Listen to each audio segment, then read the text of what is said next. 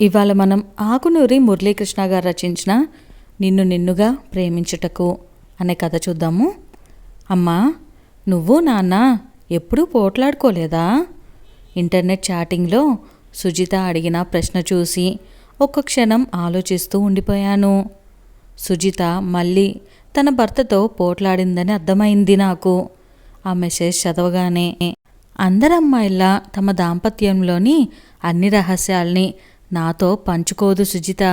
ఎంతవరకు అవసరమో అంతవరకే చెబుతుంది. అది దాని వ్యక్తిత్వం. కానీ ఈ మధ్య దాని ధోరణి బట్టి చూస్తుంటే తరచుగా తన భర్త కార్తిక్తో పోట్లాడుతుందని తెలుస్తుంది. చిన్న చిన్న విషయాల్లో పంతాలకి పోయి జీవితాన్ని కలతలమయం చేసుకుంటున్న ఈ తరం యువత ధోరణి గుర్తొచ్చి బాధ వేసింది. సుజిత కూడా అదే కోవలోకి చేరబోతుందా? ఖండాంతరాలలో ఉన్న కూతురి కాపురం గురించి బెంగతో ఒక్క క్షణం నా మనసు బరువెక్కింది. మరుక్షణమే గుండె డిటువు చేసుకున్నాను. అదేమీ చిన్నపిల్ల కాదు. ఎందుకు పోట్లాడుకోలేదు? చాలాసార్లు పోట్లాడుకున్నాము. ఇప్పటికీ పోట్లాడుకుంటూనే ఉన్నాము. అసలు ఈ ప్రపంచంలో నేనిప్పటిదాకా ఎక్కువసార్లు పోట్లాడింది మీ నాన్నతోనే అని టైప్ చేశాను. సమస్యని గుర్తించగానే మనం చేయాల్సిన ప్రథమ చికిత్స లాంటి పని సాధ్యమైనంత వరకు సమస్యని తేలిక చేసి చెప్పటం. నేను అదే చేశాను. నా సమాధానానికి సుజిత నవ్వుతుందన్నదానికి సూచనగా చాటింగ్ బాక్స్లో నాకు నవ్వుతున్న చిన్న కార్టూన్ బొమ్మ ముఖం మెసేజ్ పంపించింది. అది చూడగానే నా మనసు కొంత తేలికపడింది. మరి మాకెప్పుడు అలా కనిపించేవారు కాదు మీరిద్దరూ. ఎంతో అన్యోన్యంగా ఉండేవారు. మన బంధువులందరూ కూడా ఈ విషయంలో మీకు కితాబులు ఇవ్వటం నాకు తెలుసు అంది సుజిత. బావుంది. పోట్లాడుకోవటం అంటే అందరికీ తెలిసేలా పోట్లాడుకుంటామా? భార్యాభర్తల మధ్య పోట్లాటంటే ఫ్యాక్షన్ సినిమాల్లో యుద్ధంలా ఉండదు. మాటల స్థానంలో మౌనం, చిరునవ్వుల స్థానంలో చూపులు, చురకత్తులు. ఒకరితో ఒకరు డైరెక్ట్గా మాట్లాడుకోగలిగిన విషయాలకు కూడా పిల్లల మీద ఆధారపడతారు. ఇలా ఉంటుంది. ఒక్కొక్క సందర్భంలో పోట్లాడటం కన్నా నేను ఆయనతో పోట్లాడుతున్నాను అన్న సంగతి ఆయనకి తెలియచేయటానికే చాలా కష్టపడాల్సి వచ్చేది. మెసేజ్ టైప్ చేస్తున్నాను కానీ నాకు తెలుసు ఈ కాలం మొగుడు పెళ్ళాల పోట్లాటలు అంత సున్నితంగా ఉండవని. మా రోజుల్లో అయితే ఇంట్లో అత్తమామలు, ఇంటి నిండా జనం, ఎప్పుడో తప్ప దొరకని ఏకాంతం, ఎప్పుడూ ఎరగని స్వేచ్ఛ, స్వతంత్ర భావాలు. ఇప్పుడు అలా కాదు కదా. కోరుకోగానే దొరికే ఏకాంతం, కావాల్సినంత స్వేచ్ఛ, మనసులో ఉన్నదాన్ని కుండ బద్దలు కొట్టినట్లు ఎదుటి వాళ్ళ ముఖం మీదే చెప్పేగల ధైర్యంతో కూడిన మనస్తత్వం. అసలు ఇవన్నీ కలిసే ఈ కాలం పిల్లల్ని పాడు చేస్తున్నాయా అనిపిస్తుంది. అలాంటి వాళ్లను నా సున్నితమైన భావాలు కదిలిస్తాయా అన్నది అనుమానమే. కానీ ముందే అనుకున్నట్లుగా సమస్యను తేలిక చేయటం మాత్రమే నా ఉద్దేశం. అందుకే అదే మెసేజ్ని టైప్ చేసి సెండ్ అని ఉన్న చోట క్లిక్ చేశాను. ఊహించినట్లుగానే నేను పంపిన మెసేజ్ పూర్తిగా చదవకుండానే గోడకు కొట్టిన బంతిలా మరో ప్రశ్న దూసుకొచ్చింది సుజిత దగ్గర నుంచి. మరి మీరు ఆ పోట్లాటలను ఎలా పరిష్కరించుకునేవారు? నువ్వు రాజీ పడేదానివా? ఈసారి సుజిత ప్రశ్నకు సమాధానం చెప్పటానికి నేను కొంచెం ఆలోచించాల్సి వచ్చింది. అసలు నాకు మా ఆయనతో జరిగిన తగాదాలే గుర్తున్నాయి కానీ వాటి పూర్వాపరాలు, అవి ఎందుకు వచ్చాయో కారణాలు గుర్తులేవు. ఇంకా వాటిని మేమెలా పరిష్కరించుకున్నామో అస్సలు గుర్తులేదు. ఒకసారి మా అత్తగారి తమ్ముడిని ఏదో అన్నానని నాతో వారం రోజులు మాట్లాడలేదాయన. నేనన్నదానిలో తప్పేం లేదని, ఆయనే గుమ్మడికాయలు దొంగంటే భుజాలు తణుముకుంటున్నారని నా వాదన. నా మటుకు నేను నా తప్పేం లేదనుకోవటం వల్ల ఆయన దిగివచ్చిన యుద్ధాన్ని మరో వారం రోజులు పొడిగించాను. ఆ విషయం బాగా గుర్తుంది నాకు. అది కూడా చివరికి ఎలా పరిష్కారమైందో గుర్తులేదు. అలాంటి తగాదాలన్నిటినీ చాలా మటుకు మర్చిపోయేవాళ్ళం. లేదా మరేదో అంతకన్నా పెద్ద సమస్య రావటం వల్ల దాన్ని తాత్కాలికంగా పక్కన పెట్టేసేవాళ్ళం. ఒక్కోసారి మేమిద్దరం ఒకరితో ఒకరు మాట్లాడుకోవటం లేదన్న సంగతి మర్చిపోయి ఏదో ఆవేశంలో మాట్లాడేసేవాళ్ళము. తర్వాత నవ్వుకొని కలిసిపోయేవాళ్ళం. అదంతా గుర్తుకొచ్చి నా ముఖం మీద చిరునవ్వులు విరిశాయి. నేను ఆ ఆలోచనల్లో ఉండగానే మెసేజ్ వచ్చింది సుజిత దగ్గర నుంచి. చెప్పమ్మా, ఎలా పరిష్కరించుకునేదానివి వాటన్నిటినీ? రాజీ పడిపోయేదానివా? ఈసారి ఇంగ్లీష్లో అడుగుతుంది. అంటే సీరియస్గా ఉందని అర్థమైంది నాకు. వెనువెంటనే ఆలస్యాన్ని భరించలేనట్లుగా బజ్ అనే మెసేజ్తో నా మెసేజ్ బాక్సుల్ని కుదిపింది స్క్రీన్ మీద. నవ్వుతున్న కార్టూన్ బొమ్మ ముఖాన్ని ముందుగా పంపి తర్వాత మెసేజ్ టైప్ చేశాను. చాలా తగాదాల్ని నేను మర్చిపోతాను ద్వారా నీకు నవ్వెలా వస్తుంది? మర్చిపోవటం అంటే రాజీ పడిపోవటమే కదా. ఎందుకలా సర్దుకుపోవటం? రాజీ పడిపోవటం నువ్వు నాన్న మీద ఆధారపడి ఉన్నావనేనా? ఈసారి సుజిత ప్రశ్నకు నాకు ఆశ్చర్యం వేసింది. నేను నిజంగానే అన్నిటికీ ఆయన మీద ఆధారపడి జీవిస్తున్నానా? ఈనాటి వరకు ఆ విషయం నాకెప్పుడూ స్ఫురణకు రాలేదు. నాకు ఆర్థికపరమైన ఆదాయం లేదు. ఆయన మీదే ఆధారపడి జీవిస్తున్నాను, నిజమే. కానీ కొన్ని విషయాల్లో నేను రాజీ పడిపోయినా అందుకు కారణం నేను ఆయన మీద ఆధారపడి జీవించటం కాదు. ఒకవేళ అలా ఆధారపడకపోయినా కూడా మా దాంపత్య జీవితం ఇలాగే ఉండేదని ఖచ్చితంగా చెప్పగలను. విచిత్రం ఏమిటంటే మొగుడు మీద ఆధారపడి జీవించిన ఆధారపడటం అన్నది ఆనాడు మమ్మల్ని బాధించలేదు. మొగుడి మీద ఆధారపడకపోయినా ఆధారపడటం అన్న అంశం ఈ తరం ఆడపిల్లల్ని బాధిస్తుంది. మేము మీ మీద ఆధారపడిలేము అన్న విషయం అనుక్షణం భర్తకి చెప్పాలని ప్రయత్నిస్తారు. దాన్ని భర్త గుర్తించకపోతే బాధ. నాకు నవ్వొచ్చింది. నిజమే, నువ్వు అన్నట్లుగా నేను రాజీ పడ్డాననే అనుకో. కానీ ఆ రాజీ పడటం అభద్రతా భావంతో కాదని, మా మధ్య బంధాన్ని నిలుపుకోవాలనే ఆరాటంతోనేనని ఎందుకనుకోకూడదు? వెంటనే బాణంలా వచ్చింది మెసేజ్ సుజిత దగ్గర నుంచి. దాన్నే ఇంగ్లీష్లో హిపోక్రసీ అంటారు మమ్మీ. అంత వేగంగా టైప్ చేయటం ఎలా నేర్చుకుందో నాకు ఇప్పటికీ ఆశ్చర్యమే. ఆ సమాధానం ముళ్ళులు గుచ్చుకుంది నా మనసులో. నేను తేరుకునే లోపల మరో మెసేజ్ వచ్చింది. నిరంతరం గొడవ పడుతూ, ప్రతిసారి రాజీ పడుతూ, విడిపోలేని బలహీనతల వల్ల కలిసి ఉంటూ బంధాన్ని నిలుపుకుంటున్నాం అని సంతోషపడటం హిపోక్రసీ కాక మరేంటమ్మా? ఈసారి దాని ధోరణికి నాకు కోపం వచ్చింది. అయినా నిరంతరం కొట్టుకునే నేను, మీ నాన్న బాగానే ఉన్నాము, మధ్య నీకెందుకు బాధ అని మెసేజ్ ఇచ్చాను. నేను అలా అడిగేసరికి సుజిత సూటిగా విషయానికొచ్చేసింది. ఈ మధ్య నాకు కార్తిక్కి సరిగ్గా పడటం లేదమ్మా. కానీ నీలా నేను ఈ విషయాన్ని తేలిగ్గా తీసుకోలేకపోతున్నాను. ఏ విషయంలోనూ మా ఇద్దరి అభిప్రాయాలు కలవవు. ప్రతి చిన్న విషయంలోనూ మాకు అభిప్రాయ భేదాలే. ఇలా ఎంతకాలం కలిసి ఉండగలం అనిపిస్తుంది. పెళ్ళి కనుక ఇంతలా ఆలోచించాల్సి వస్తుంది. అదే ఏ బిజినెస్ పార్ట్నర్స్తో అయితే హాయిగా ఎప్పుడో విడిపోయేవాళ్ళం. చివరి వాక్యాలు చదివిన నాకు బుర్ర తిరిగిపోయింది. పెద్ద చదువులు చదివి ఆకాశమంతా ఎత్తుకెగిరి విదేశాల్లో తిరుగుతూ చివరికి నా కూతురు నేర్చుకున్నది ఇదా అన్న బాధ. స్త్రీ పురుషులిద్దరూ రెండు విభిన్న వర్గాలకి చెందినవారు. వాళ్ళ ఆలోచనలు ఎప్పుడూ ఒకేలా ఉండవు. వాళ్ళిద్దరికీ ముడిపెట్టి ఒక గూట్లో ఉండమని చెబుతుంది మన వివాహ వ్యవస్థ. మౌలికంగానే ఇద్దరూ ఆలోచించే పద్ధతులు వేరు కనుక వారి మధ్య అభిప్రాయ భేదాలు రావటం సహజం. కంప్యూటర్స్తో పాటు సైకాలజీలో కూడా ఎన్నో డిగ్రీలు చేసినా నా కూతురికి నేను ఇదంతా చెప్పాల్సిన అవసరం లేదని నాకు తెలుసు.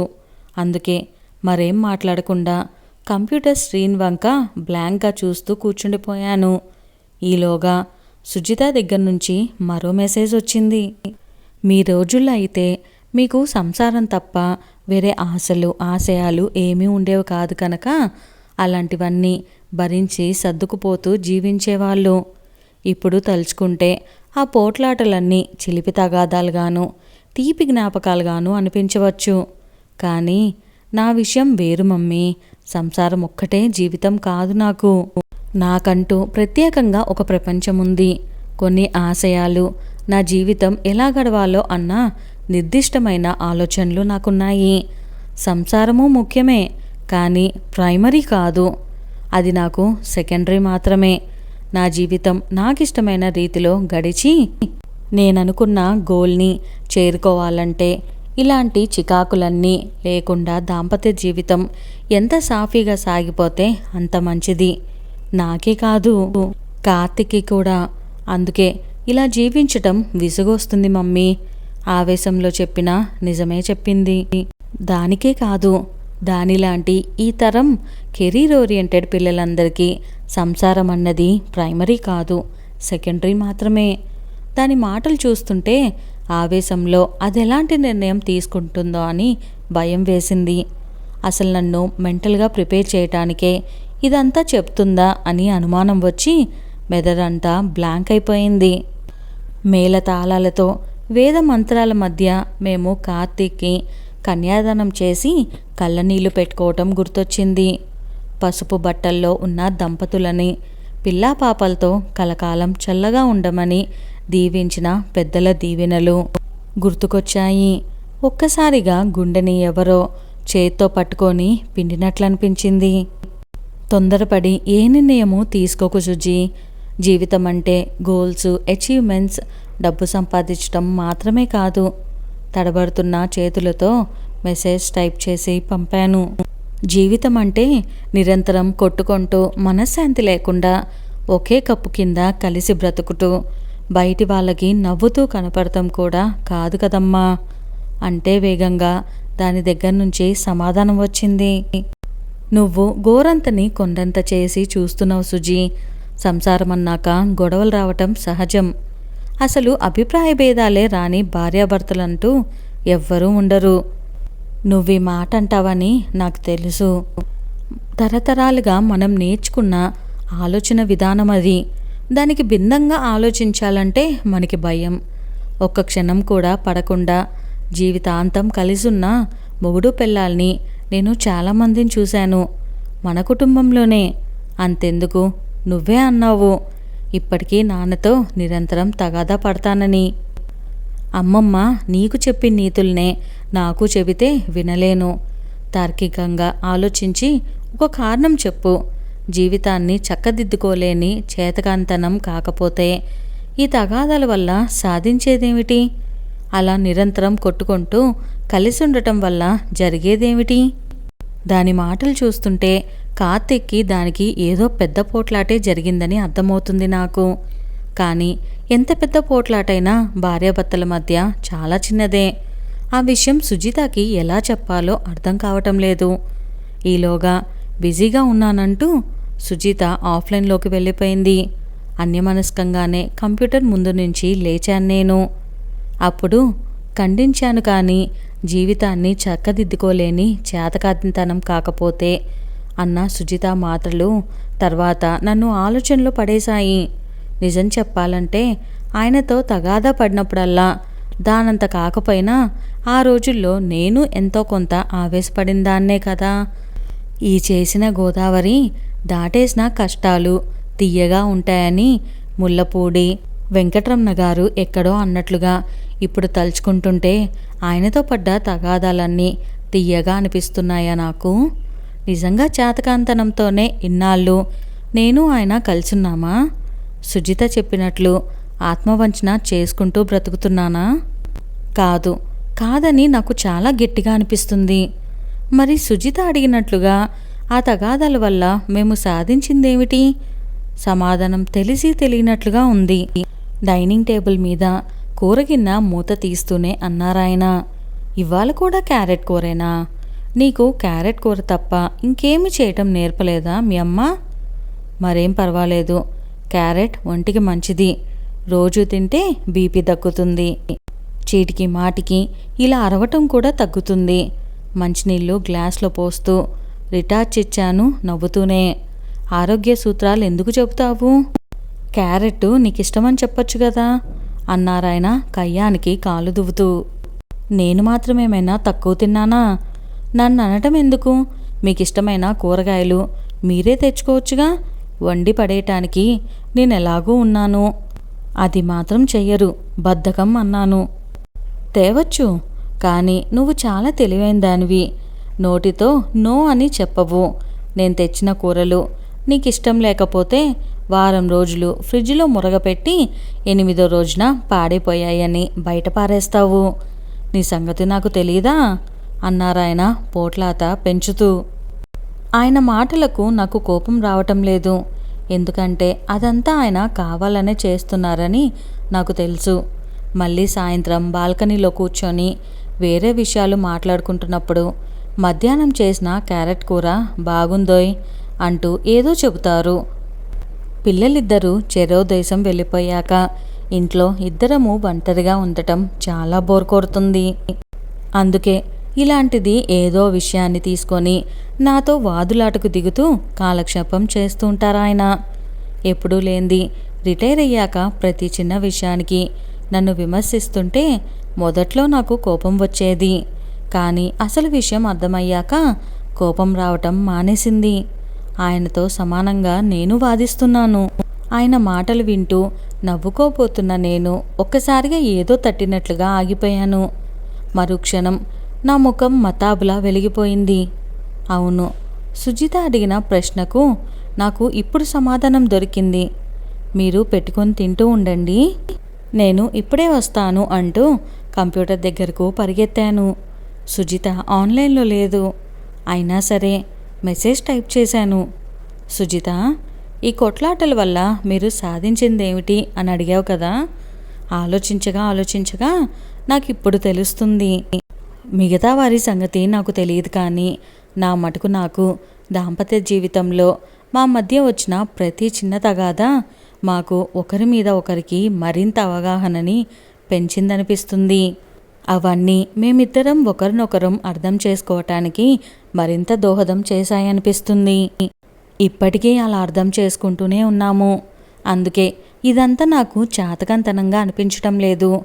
మీ మధ్య వచ్చే తగాదాలను కూడా ఆ దృష్టితో చూస్తే నీకు ఇవన్నీ చికాకుల్లా కనిపించవేమో. ఆలోచించు.